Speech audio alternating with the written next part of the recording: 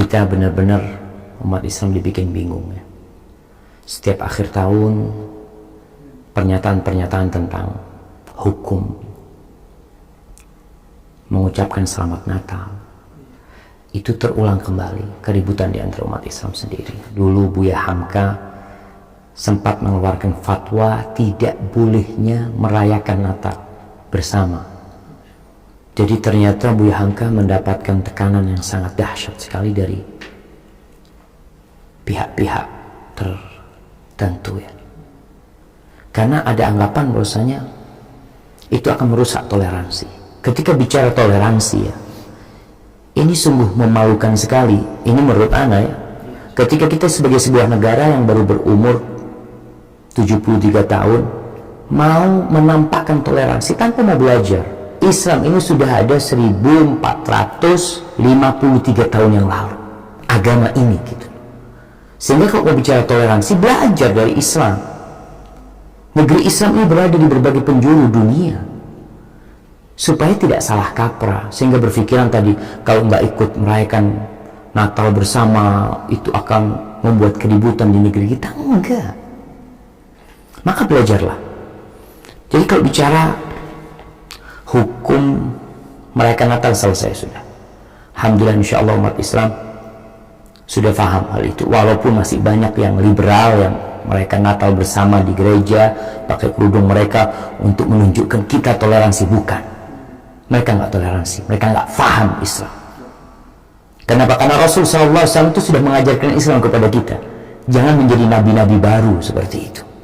Cukup kita belajar dari Nabi, praktikkan Islam ini. Nggak usah terlalu banyak dimodifikasi agama Allah ini. Allah sudah turunkan sebagai rahmatan alamin. Tapi sekarang bagaimana kalau bicara hukum mengucapkan selamat Natal?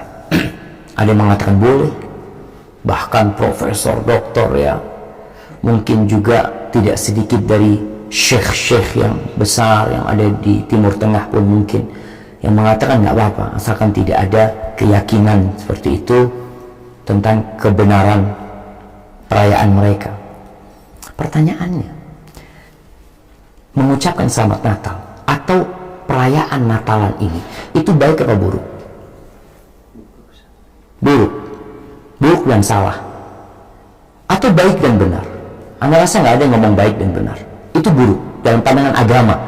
Kalau dalam agama Nasrani silahkan, kita kan bicara dalam agama kita dari sisi umat Islam seperti itu. Kita berpandangan itu buruk dan itu salah. Kenapa? Karena mereka mengatakan Nabi Isa itu anaknya Tuhan. Tugas seorang muslim ketika melihat kesalahan, melihat kemungkaran, apakah dia mengucapkan selamat atas kemungkaran tersebut? Tugas dia merubah kemungkaran tersebut. Falyughayyirhu biyadihi, rubahlah dengan tangannya kalau mampu. Nggak mampu dengan lisannya, nggak mampu dengan hatinya. Bukan malah ikut mendoakan, karena selamat ini doa buat mereka yang merayakan. Seakan-akan apa yang mereka kerjakan itu sesuatu yang baik, sehingga kita dengan tersenyum mengatakan selamat Natal ya, ini itu macam-macam. Dan jamaah, kalau kita bicara ya, untuk melihat Rasul SAW hidup berdampingan dengan orang-orang Yahudi. Umat Islam hidup berdampingan dengan orang-orang Nasrani. Imam Syafi'i di Mesir, cari fatwanya Imam Syafi'i tentang selamat Natal. Nasrani atau Kristen Koptik sudah ada dari sebelum Imam Syafi'i lahir. Ada di Mesir sana. Coba dibaca fatwa-fatwa para ulama. Ini bukan fatwa kontemporer, bukan hal yang baru. Makanya kalau kita baca, Ibnu Qayyim punya kitab judulnya Ahkam Ahli Zimmah, hukum-hukum yang berkenaan dengan Ahli Zimmah, itu orang-orang Nasrani yang hidup bersama umat Islam. Dibahas di situ. Bahkan beliau menceritakan tentang hukum mengucapkan selamat atas syiar-syiar mereka, syiar-syiar agama mereka, seperti mengucapkan selamat hari raya kepada mereka. Ya, Christmas kalau sekarang ini yang kita lihat, itu haramun bilittifaq. Itu haram dengan ittifaq para ulama. Sehingga mereka yang mengatakan boleh sekarang ini berusaha untuk cari dalil-dalil yang tidak menukil ucapan ulama terdahulu. Seakan-akan ini baru ini loh fatwa Syekh Azhar, Grand Mufti Mesir, ini fatwa seperti ini, bukan masalah baru. Kalau masalah baru, okelah kita bicarakan. Maka cukuplah jemaah. Kita itu kalau orang Nasrani punya anak, kita ucapkan selamat atas kelahiran anaknya, itu boleh. Karena ini satu kebaikan, dia dapat rezeki dari Allah SWT, dan kita doakan. Itu kita tidak dilarang. Tapi kalau urusan ibadah, maka cukuplah kita akan lakum dinukum waliyadin. Lakum dinukum waliyadin. Selesai. Agamamu agamamu, agamaku agamaku. Dalam urusan agama, kita ini saling menghargai.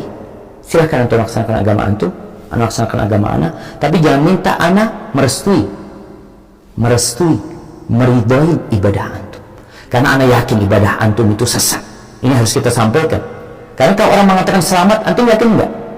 Kalau enggak, anak pura-pura ngomong selamat, padahal anak membenci dia. Memang kita harus benci dengan ibadah mereka.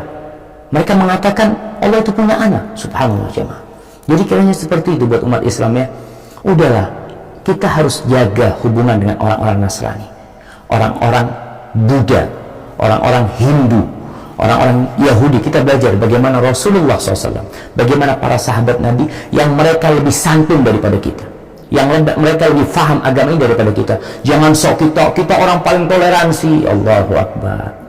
Kita ini orang-orang baru yang nggak paham agama, yang kadang-kala ya, tapi posisinya memang ketika umat Islam terhinakan, itu mereka cari kemuliaan. Kadang-kala nggak enak sama bos kita, nggak enak sama atasan kita, nggak enak, subhanallah.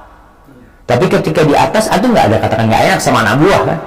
Sudah, ada nggak akan mengatakan selamat Natal di agama anak. Cuma yang di bawah nggak enak sama di atas. Maka kita harus kembalikan ke jalan Islam ini, kan kita belajar agama kita, laksanakan agama kita. Kemudian ada yang berdalih tentang bolehnya selamat Natal. Nabi Isa aja mengucapkan selamat. Allah berfirman, wassalamu alayya yawma wulidtu. Keselamatan buat aku pada hari kelahiranku. Itu Allah yang menukilnya, dan itu ucapan Nabi Isa. Antum baca itu aja di Quran cukup. Jangan dijadikan dalil antum mengucapkan salam kepada orang. Nabi Muhammad SAW nggak pernah mengucapkan selamat Natal kepada orang-orang Nasrani. Coba antum baca. Abu Bakar, Umar, Uthman, Ali, mereka lebih faham agama daripada kita. Ya, kalau bicara para imam yang 4, coba dibaca. Apakah ada mereka berdalil dengan firman Allah ini? Allah jemaah. Jangan sembaranganlah berdalil ya. Kita itu harus ada contohnya.